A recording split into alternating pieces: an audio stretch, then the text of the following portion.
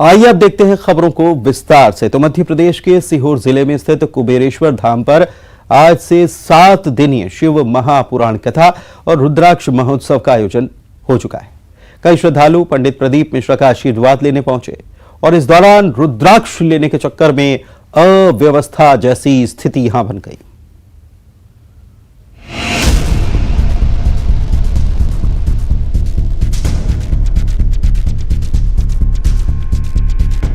कुबेरेश्वर धाम में रुद्राक्ष महोत्सव के पहले दिन भारी भीड़ के कारण हालात बेकाबू हो गए।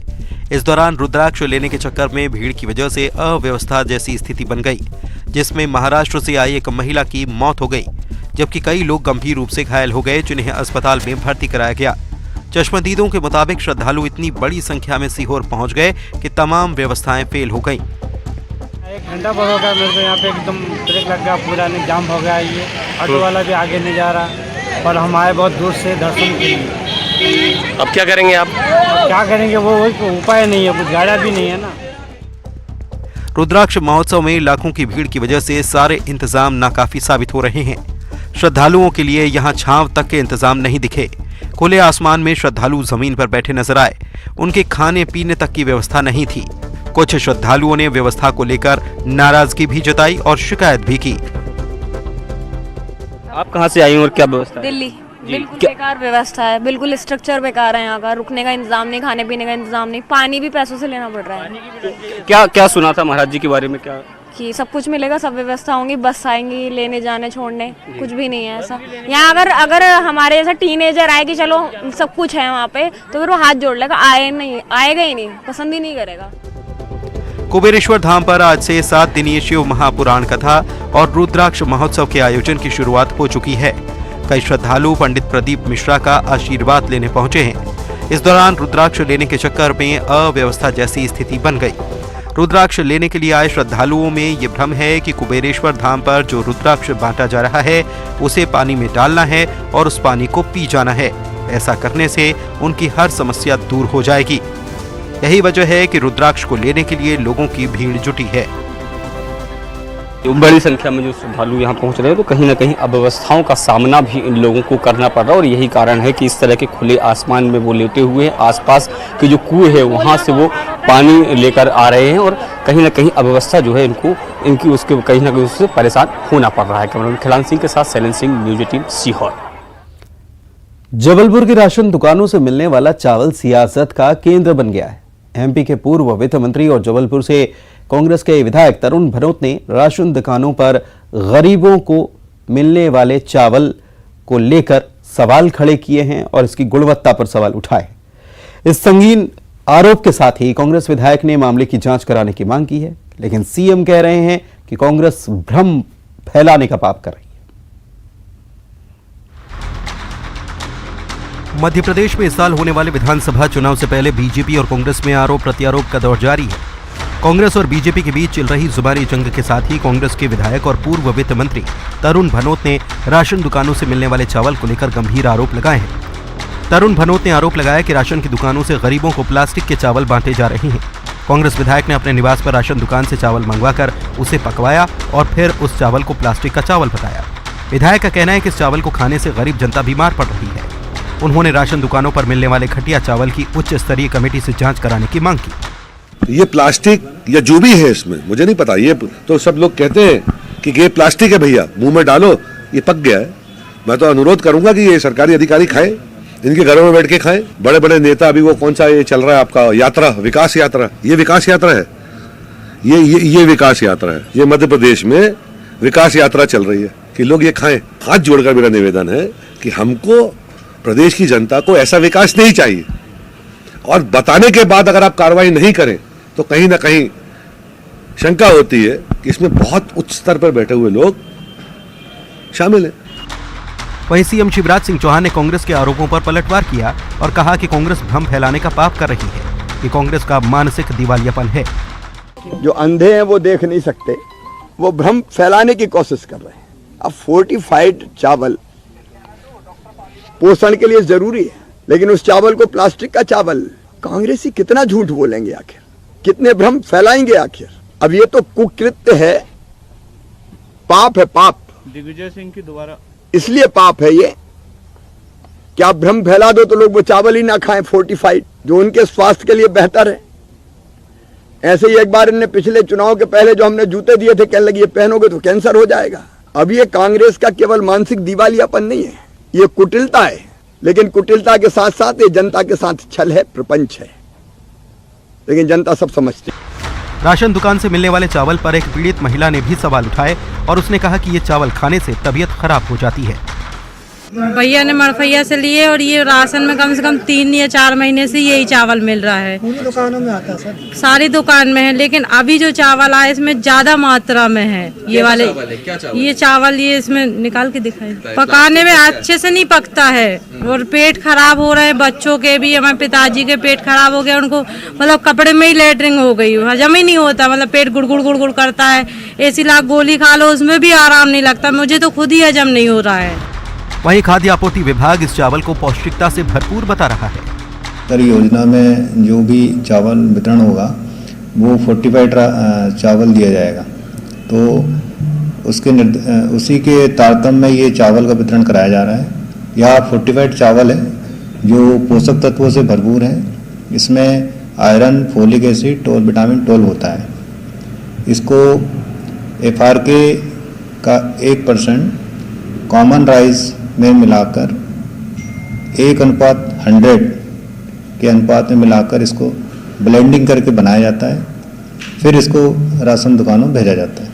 यह पोषक तत्वों से भरपूर है और ये एनीमिया और कुपोषण की बीमारियों को दूर करने में काफ़ी सहायक है। सार्वजनिक वितरण प्रणाली के तहत जिले के सभी राशन दुकानों में सामान्य चावल के साथ फोर्टिफाइड चावल का वितरण हो रहा है, लेकिन कुछ जगहों पर चावल की गुणवत्ता को लेकर सवाल उठाए गए हैं, लेकिन खाद्य आपूर्ति विभाग इसे भ्रम करार दे रहा है।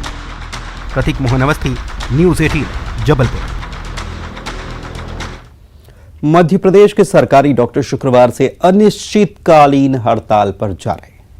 इससे पहले इन डॉक्टर्स ने गुरुवार को सरकार को चेतावनी के रूप में 2 घंटे के लिए काम बंद किया था। इस दौरान डॉक्टर्स ने काली पट्टी बांधी और अपना विरोध भी जताया। अस्पताल में मरीजों को हालांकि खासी परेशानी का सामना करना पड़ा।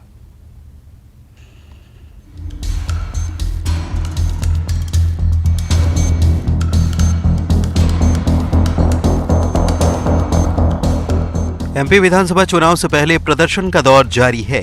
राज्य सरकार के कर्मचारियों के बाद मध्य प्रदेश के अब सभी शासकीय चिकित्सक भी अपनी मांगों को लेकर विरोध प्रदर्शन कर रहे हैं। आज बड़ी तादाद में जूनियर डॉक्टर्स ने इंदौर, जबलपुर, ग्वालियर समेत प्रदेश भर में धरना प्रदर्शन किया, जिसके चलते मरीजों को काफी परेशानियों का सामना करना पड़ा। लंबे वक्त से डॉक्टर्स अपनी मांगों को लेकर प्रदर्शन कर रहे हैं। अस्पतालों की स्थिति बेहतर हो, डॉक्टरों की स्थिति बेहतर हो, दवाइयों की स्थिति बेहतर हो। जो पोस्ट खाली बची है वो 50% ज़्यादा पोस्ट खाली पड़ी है जिला अस्पतालों में, वो भर जाए। CMHO जूनियर लोगों को बना दिया जाता है, पपेट लोगों को बना दिया जाता है, डीन जूनियर लोग ना हो और प्रॉपर DPC से बनाए जाएं। वहीं भोपाल में विरोध प्रदर्शन के दौरान डॉक्टर्स ने प्रतीकात्मक रूप से सद्बुद्धि यज्ञ किया। जबलपुर में डॉक्टर्स ने काली पट्टी बांधकर विरोध जताया।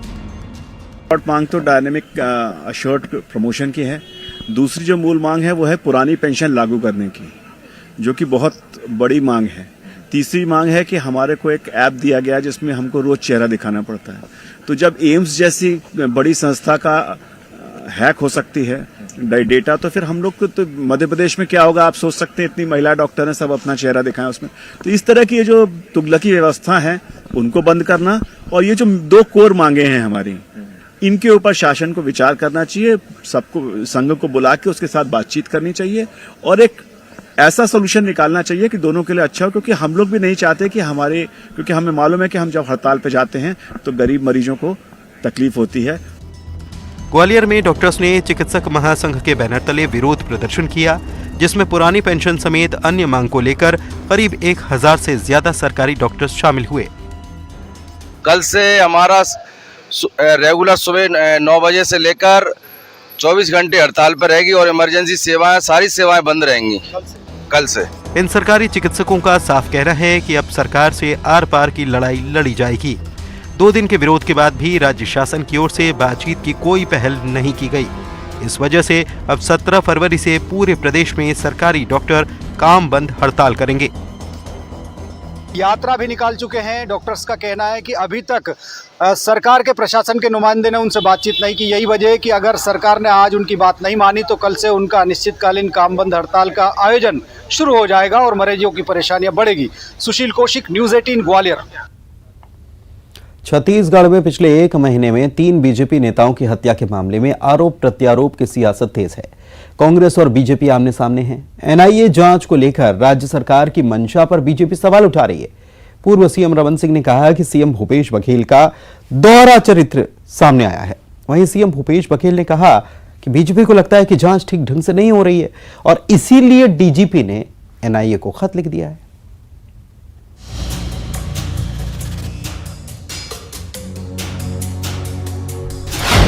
नक्सलियों के टारगेट पर बीजेपी नेता। पिछले एक महीने में 3 बीजेपी नेताओं की हत्या। डीजीपी ने की एनआईए से जांच कराने की मांग। छत्तीसगढ़ में बीजेपी नेता लगातार नक्सलियों के निशाने पर हैं। बीते एक महीने में 3 बीजेपी नेताओं की हत्या से सनसनी फैली हुई है और बीजेपी नेताओं में दहशत बरकरार है। इसको लेकर छत्तीसगढ़ में सियासत शुरू हो चुकी है। बीजेपी ने राज्य सरकार के खिलाफ मोर्चा खोला है और जगदलपुर में बीजेपी विरोध प्रदर्शन कर रही है। दरअसल बीजेपी नेताओं के लगातार विरोध प्रदर्शन के बाद गुरुवार को छत्तीसगढ़ के डीजीपी ने एनआईए को खत लिखा है। एनआईए के महानिदेशक को पत्र लिखकर बस्तर में हुई 3 नेताओं की हत्या की जांच की मांग की गई है और इन तीनों नेताओं की हत्याओं की जानकारी दी गई है। लेकिन जांच की मांग करने से पहले इस मामले में सियासत छिड़ी हुई है। कांग्रेस और बीजेपी इस मामले में आमने सामने आ चुके हैं। बीजेपी प्रदेश अध्यक्ष अरुण साव ने प्रदेश सरकार पर तंज कसा और कहा कि क्या कांग्रेस अब एनआईए पर विश्वास करने लगी है। ऐसे गंभीर मामलों पर भी राजनीति कर रही है। राज्य की प्रशासनिक अमला किस तरह काम कर रही है, ये भी इस पत्र से स्पष्ट होता है और राज्य के प्रशासनिक अधिकारियों में कितनी गंभीरता है, ये इस बात को भी स्पष्ट करता है। यह पत्र इस बात को भी स्पष्ट कर रहा है कि राज्य सरकार कानून व्यवस्था पर नियंत्रण अपनी खो चुकी है। राज्य के लोगों को सुरक्षा देने में राज्य सरकार असफल हुई है और घटनाओं की वो जांच करने में भी पूरी तरह से सरकार फेल हो गई है। ये इस बात को दर्शाता है कि अब उन्हें राज्य में घटित घटनाओं को जांच के लिए एनआईए को पत्र लिखना पड़ रहा है। वहीं डीजीपी की एनआईए को चिट्ठी लिखने पर सीएम भूपेश बघेल ने कहा कि बीजेपी को लगता है जांच ठीक ढंग से नहीं हो रही। बीजेपी के लोग धरना प्रदर्शन कर रहे हैं, इसीलिए डीजीपी ने एनआईए को पत्र लिखा है। देखिए, भारतीय जनता पार्टी अभी जो 3 नक्सली हमले हुए और जिसके कारण से मौतें हुई, उसके बारे में उनको लगता है कि जांच है वो ठीक ढंग से नहीं हो रहा है और वो लोग धरना प्रदर्शन भी कर रहे हैं। पहले भी जब हम लोग जांच कर रहे थे तो एनआईए सीधा टेक ओवर कर ली थी और हम लोग कोर्ट में, मतलब वो लोग कोर्ट भी, हम जो एसआईटी वगैरह गठन किए उसके खिलाफ कोर्ट भी गए। और अभी जब इस प्रकार से और घटनाएं घटी है तो इस मामले में डीजी ने एनआईए के महानिदेशक को पत्र लिखा है कि इसकी भी जांच एनआईए से करा ले ताकि भारतीय जनता पार्टी के लोग संतुष्ट हो सकें। बस्तर के बीजेपी नेताओं की हत्या मामले में पूर्व सीएम रमन सिंह ने प्रदेश सरकार पर निशाना साधा है और कहा है कि एक बार फिर सीएम का दोहरा चरित्र सामने आया है। हमारे 4 नेताओं की निर्मम हत्या हुई है, इस पर सरकार ने कोई कदम नहीं उठाया। एक बार फिर छत्तीसगढ़ के मुख्यमंत्री भूपेश बघेल के दोहरा चरित्र सामने आया है। 4 हमारे वरिष्ठ नेताओं को एक माह के अंदर जिस निर्मम तरीके से हत्या हुई और उस हत्या के बाद सरकार हाथ पे हाथ धरे बैठी रही और कोई कदम नहीं उठाया। सुरक्षा वापस लिए जा रहे हैं। जितने पूर्व विधायक, पूर्व सांसद हैं और जितने बस्तर के हमारे वरिष्ठ नेतागण हैं जिनको क्षेत्र में घूमना पड़ता है, उन सब की सुरक्षा व्यवस्था धीरे धीरे समाप्त कर दी गई। छत्तीसगढ़ में लगातार बीजेपी नेता नक्सलियों के टारगेट पर हैं। इसको लेकर बीजेपी राज्य की कांग्रेस सरकार पर कानून व्यवस्था को लेकर सवाल उठा रही है। वहीं अब छत्तीसगढ़ सरकार की तरफ से इस मामले की जांच के लिए डीजीपी ने एनआईए को खत लिख दिया है। इस पर सियासत तेज है। अब देखने वाली बात यह होगी कि क्या एनआईए की जांच से बीजेपी नेताओं की हत्या का राज खुल पाएगा। Bureau report, news 18। छत्तीसगढ़ में विधानसभा चुनाव नजदीक आते ही राजनीतिक पार्टियों एक्शन मोड में आ चुकी हैं और बीजेपी ने नक्सल प्रभावित इलाकों में बीजेपी नेताओं की हो रही हत्या पर जगदलपुर में बड़ा विरोध प्रदर्शन किया। बस्तर में कुछ दिनों पहले हुई बीजेपी नेताओं की हत्या के बाद बीजेपी आग बबूला है। अपने नेताओं की हत्या से आक्रोशित बीजेपी के दिग्गज नेताओं ने आज जगदलपुर में जोरदार विरोध प्रदर्शन किया। इस विरोध प्रदर्शन में बस्तर के तमाम बीजेपी नेताओं के साथ प्रदेश अध्यक्ष अरुण साव और नेता प्रतिपक्ष नारायण चंदेल शामिल हुए। बीजेपी के प्रदर्शन को देखते हुए सुरक्षा व्यवस्था कड़ी कर दी गई थी। आईजी दफ्तर के घेराव करने निकले बीजेपी कार्यकर्ताओं को पहले ही बैरिकेड्स लगाकर रोक दिया गया। बाद में बीजेपी नेताओं ने आईजी दफ्तर में ज्ञापन सौंपा और बस्तर में नेताओं की हत्या के मामले की जांच करने की मांग की। इस दौरान अरुण साव ने प्रदेश की सरकार पर जमकर निशाना भी साधा। हत्याओं का दौर, गोलीबारी का दौर, चाकूबाजी का दौर, हत्या, अपहरण, बलात्कार की घटनाओं का दौर लगातार चल रहा है और सरकार हाथ पर हाथ धरे बैठी है। और इस बीच एक महीने के अंदर भारतीय जनता पार्टी के 4 प्रमुख नेताओं की जो हत्या हुई है उससे पूरा छत्तीसगढ़ सहम गया है और 2003 से पहले की जो स्थिति थी आज वही स्थिति दिख रही है। वहीं बीजेपी के धरना प्रदर्शन पर बीजापुर के कांग्रेस विधायक विक्रम मंडावी ने बीजेपी पर जमकर निशाना साधा। उन्होंने कहा कि बीजेपी अपने ही कार्यकर्ता की मौत पर सियासी रोटियां सेक रही है। बस्तर में पिछले कुछ दिनों से भाजपा नेताओं की जो नक्सलियों द्वारा हत्या हो रही है, इस पे भाजपा बेवजह राजनीति से प्रेरित होकर कांग्रेस सरकार को बदनाम करने के लिए कांग्रेस पार्टी के ऊपर आरोप लगा रही है, जो सरासर गलत है। हत्याएं हैं, चाहे वो भाजपा से जुड़ा हो, चाहे कांग्रेस से जुड़ा हो या आम नागरिक हो, किसी की भी हत्या नहीं होना चाहिए। इसकी हम निंदा करते हैं। छत्तीसगढ़ में पिछले कुछ दिनों से 3 बीजेपी नेताओं की हत्या को लेकर बीजेपी और कांग्रेस में आरोप प्रत्यारोप का दौर लगातार जारी है और इसको लेकर कल भी बीजेपी ने प्रदेश में चक्का जाम करने का ऐलान कर दिया है। Bureau report, news 18।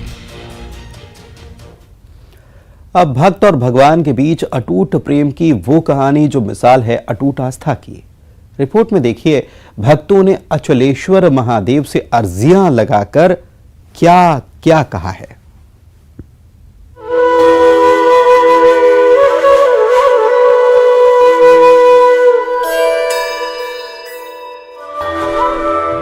Achleshwar Mahadev मंदिर ग्वालियर का प्रख्यात शिवालय है। महादेव से लोगों की अगाध आस्था है और उम्मीदें भी। भक्ति ऐसी कि दूर दूर से श्रद्धालु महादेव के दर पर खींचे चले आते हैं, शीश नवाते हैं और मनोकामनाओं के पूर्ण होने के बाद जाते जाते श्रद्धालु दान पेटी में चढ़ावा भी चढ़ाते हैं। जब पिटारे खोले गए तो लाखों की राशि तो निकली ही, वो अर्जियां भी निकली जो सीधे महादेव से लगाई गई थी। हम एक एक कर बता रहे हैं उन अर्जियों में क्या निकला। अर्जी नंबर 1, जिसे एक युवती ने लगाया, वो कहती है, जय भोलेनाथ, प्लीज भगवान जी मेरा जीडी में सिलेक्शन करवा दो, मेरा मन पढ़ाई में लगे, फालतू चीजों में ध्यान न भटके, करण से मेरी शादी हो जाए, पापा मम्मी सब मान जाएं, मेरे और करण के परिवार की रक्षा करना, ओम नमः शिवाय। दूसरी अर्जी में प्रेम में पड़े युवक की पीड़ा सुनाई दी। वो कहता है, भगवान हमें आप पर पूरा भरोसा है, हमारी प्रेमिका की सगाई हो गई है, हमें उसकी उतरी हुई शक्ल अच्छी नहीं लगती, हमारा मन अब नहीं मान रहा, हमने कान्हा जी खाटू श्याम जी का आशीर्वाद ले लिया है, अब बस आपका आशीर्वाद चाहिए।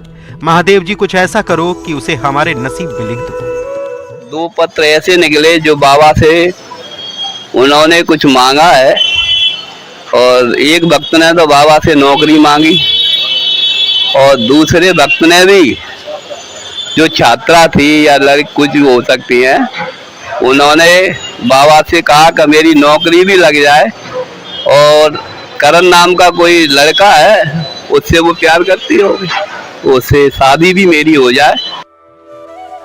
मंदिर की 11 दान पेटियां खोली गई थी, जिसमें 15 लाख रुपए निकले। इन्हीं के साथ अर्जियों के सहारे भगवान से प्रार्थना करने वाली ये चिट्ठियां भी थी। अचलेश्वर महादेव से लोगों की खूब आस्था है। आस्था ऐसी कि भक्तों की हर मनोकामना पूरी होती है। यहाँ पर आकर प्रतिदिन दर्शन करने से निश्चित रूप से पूरी हुई है। वही भाव लोगों का रहता है, वही भाव परिवार का रहता है, वही भाव कन्याओं का, वही भाव लड़कों का रहता है। कोई परीक्षा के लिए आवेदन लगाता है, कोई किसी का विवाह रहता है, किसी का प्रेम रहता है। उन सब आस्थाओं को लेकर बाबा के दरबार में आवेदन लगते हैं और मुझे लगता है बाबा जो उचित रहता है उस पर 100% आशीर्वाद देते हैं।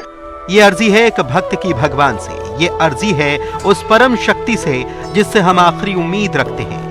बाबा अचलेश्वर महादेव से लगाई गई ये अर्जियां भक्त और भगवान के बीच प्रगाढ़ प्रेम का प्रतीक हैं।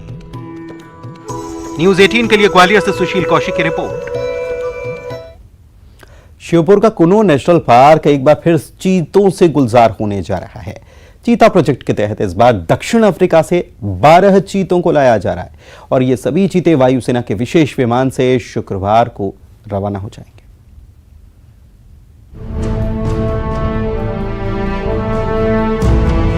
श्योपुर के कूनो नेशनल पार्क में चीतों का परिवार बढ़ने जा रहा है। चीता प्रोजेक्ट के तहत देश में चीतों के इकलौते घर में 12 नए सदस्य और आ रहे हैं। चीतों की अगवानी के लिए कूनो नेशनल पार्क पूरी तरह से तैयार है। चीतों को आज शाम रवाना किया जाएगा। एयरफोर्स का विशेष विमान 18 फरवरी की सुबह 10 बजे ग्वालियर के महाराजपुरा एयरफोर्स स्टेशन पहुंचेगा और 11 बजे सभी चीतों को एयरफोर्स के मालवाहक हेलीकॉप्टर चिनूक के जरिए कूनो ले जाया जाएगा। कूनो नेशनल पार्क में हेलीपैड बनाए गए हैं, जहां चीतों के पहुंचने के बाद उन्हें 12:30 बजे सीएम शिवराज की अगुवाई में क्वारंटीन बाड़ों में रिलीज किया जाएगा। केंद्रीय वन मंत्री भूपेंद्र यादव, केंद्रीय कृषि मंत्री नरेंद्र सिंह तोमर और प्रभारी मंत्री इस दौरान मौजूद रहेंगे। मध्य प्रदेश के साथ साथ इस अंचल को तो गौरव की बात है और चूंकि श्योपुर हमारे नजदीक है और निश्चित रूप से जो चीता और छोड़े जा रहे हैं, अधिक मात्रा में चीता आने से पर्यटक भी ठीक प्रकार से देख सकेंगे, क्योंकि जंगल का बड़ा क्षेत्र होता है, घनत्व होता है। भारत आने वाले चीतों की देखभाल के लिए डॉक्टर्स के साथ एक्सपर्ट की टीम मौजूद है। केंद्रीय मंत्री के मुताबिक चीतों की डाइट शुरू कर दी गई है। चीतों के ट्रांसलोकेशन पर बोलते हुए उन्होंने कहा कि एक्सपर्ट की राय ली जा रही है। ये दुनिया में जो ट्रांसलोकेशन जो ये चीतों का हुआ है, इसको हम और स्ट्रेंथन करने के लिए हम एक्सपर्ट्स की जो राय है, क्योंकि ये हम वाइल्ड लाइफ प्रिजर्वेशन कंजर्वेशन को लेकर के एक सजग हैं, इसको लेकर के नेचुरली जब जो हमारे एक्सपीरियंसेस आए हैं उसको हम शेयर करेंगे। सबसे बड़ी बात ये भी है कि ये जो इंडियन एयरफोर्स का कंट्रीब्यूशन है ये कम्प्लीटली ग्रेटिस के आधार पर रहे और इस बार फिर जो चीतों के क्रेट्स में लाने का अनुभव था वो फिर से क्रेट्स के माध्यम से लाया जाएगा चीतों की देखरेख के लिए, क्योंकि लगभग ये 10 घंटे की फ्लाइट होती है जोहान्सबर्ग से ग्वालियर की, तो उनकी देखरेख के लिए इस बार भी चीतों के साथ में जो हमारे साउथ अफ्रीका के एक्सपर्ट वेटनरी डॉक्टर्स हैं, जो बायोलॉजिस्ट हैं, हमारे कुछ अधिकारी, ये सब उनके साथ ही आएंगे ताकि वो रास्ते में बीच बीच में चीतों के स्वास्थ्य का परीक्षण भी करते रहें और जरूरत के अनुसार उनको सुविधाएं प्रदान करते रहें। नए चीतों के आने के बाद कूनो में चीतों की संख्या 20 हो जाएगी। इससे पहले 8 चीतों को नामीबिया से लाया गया था। और छत्तीसगढ़ की राजधानी रायपुर से इस वक्त की बेहद बड़ी खबर आपको बता रहे हैं। बघेल सरकार ने एक बड़ा कदम उठाया है नशे के खिलाफ, और ये बड़ा कदम क्या है? हुक्का बार का संचालन अवैध घोषित कर दिया गया है। छत्तीसगढ़ में संशोधन अधिनियम तत्काल प्रभाव से लागू हो चुका है और हुक्का बार के संचालन पर अब रोक लगा दी गई है, अवैध हो चुका है और अगर फिर भी कोई करता है तो बड़ी कार्रवाई करेंगे। आरोपियों पर गैर जमानती धारा के तहत मामला दर्ज होगा। ममता हमारी सहयोगी हमारे साथ फोन लाइन पर जुड़ी हुई है, उनसे बात करते हैं। ममता, वाकई में बड़ा कदम और कड़ा कदम, गैर जमानती धाराओं के तहत मामला दर्ज होगा, यानी कि अगर पकड़े गए तो जमानत भी नहीं मिलने वाली। साफ कह दिया सरकार ने, तत्काल प्रभाव से लागू। देखिए, बिल्कुल लंबे समय से जो है वो हुक्का बार के जरिए जो है इस तरह से नशे के सामान भी परोसे जाने की शिकायत हुई थी। और पिछले दिनों कई ऐसे अंतर्राज्यीय और अंतर्राष्ट्रीय गिरोह के लोग भी पकड़े गए थे जो हेरोइन वगैरह, जो अफीम और तमाम तरह की चीजों को लेकर। तो अब जो है वाकई ये सख्ती दिखाते हुए छत्तीसगढ़ सरकार ने एक बड़ा डिसीजन लिया है कि छत्तीसगढ़ में अब जो है हुक्का बार का संचालन अवैध घोषित हो गया है और हुक्का बार संचालन करते हुए पाए जाते हुए संबंधित के विरुद्ध गैर जमानती वारंट जो है वो अपराध दर्ज किया जाएगा और संशोधन अधिनियम तत्काल प्रभाव से लागू कर दिया गया है। यानी कि अभी और इसी वक्त से ये लागू कर दिया गया है और जाहिर तौर पर ये एक बड़ा कदम जो है और युवाओं को नशे की प्रवृत्ति से बचाने के बिल्कुल बचाने के लिए एक बड़ा कदम माना जा सकता है सरकार का। शुक्रिया आपका इस जानकारी के लिए। और इसी के साथ इस बुलेटिन में इतना ही। नमस्कार।